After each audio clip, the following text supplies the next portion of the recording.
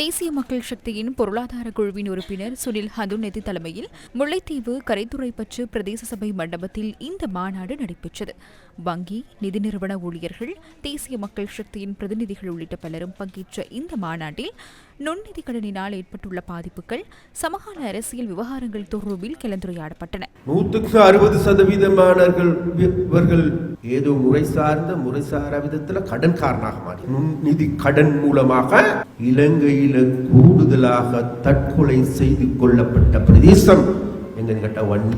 இன்றைக்கு இலங்கையில கூடுதலான வறுமைக்குள்ளாக்கப்பட்ட பிரதேசம் எது? முல்லைத்தீவு மாவட்டம். அப்படி அந்த யுத்தம் முடிஞ்சு 15 வருடமாகும். அந்த யுத்தத்திற்கு கோரமாக முகம் கொடுத்த பிரதேசம் எங்களுடைய பிரதேசம். அவ இந்த தூரத்திலிருந்து மீட்டெடுக்க வேண்டிய பொறுப்பு எடப்பாடியார்கிட்ட இருக்கு, இந்த நாட்டில் அரசியல்வாதிகள். அந்த அரசியல்வாதிகள் இன்றைக்கு எங்களுடைய பிரச்சனை, அதாவது முல்லைத்தீவு என்கின்ற பிரதேசத்தை முன்னேற்றுவதற்கு எதுவான நடவடிக்கைகளை, வேலை திட்டங்களை எடுத்துக்கொண்டார்கள் என்று தேடி பார்த்தா இல்ல. අර්බුදේ හරියට අපි අඳුර ගන්න ඕන. අපේ රටේ ප්‍රධාන අර්බුද 5ක් අපි අඳුර ගන්න.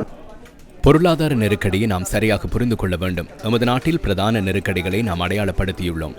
அது வடக்கிற்கும் தெற்கிற்கும் வித்தியாசப்படாது. ஒன்று, நாட்டின் உற்பத்தி கட்டமைப்பினை சீர்குலைத்தமை.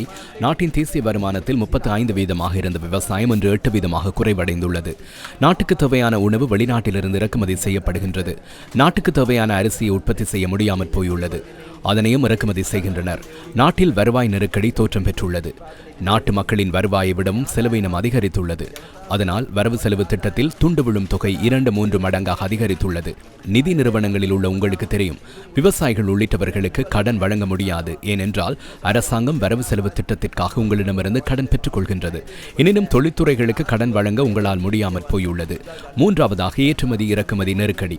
தற்போது ஏற்றுமதியை விடவும் இறக்குமதி 3 மடங்கு அதிகரித்துள்ளது. அதனால் அரசாங்கத்துக்கு வருடாந்தம் $10 பில்லியன் வரை வெளிநாட்டு கடன் பெற்றுக்கொள்ள வேண்டி ஏற்பட்டுள்ளது.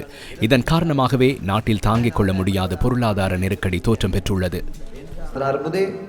ආදායම් අර්බුදේ, අපනයන අර්බුදේ, ණය අර්බුදේ, අවසානයේ ඇති නැති පරතරයේ අර්බුදේ. මේ අර්බුදයට උත්තර හොයන්න නැතුව බඩු බෙදලා වැඩක් නැහැ.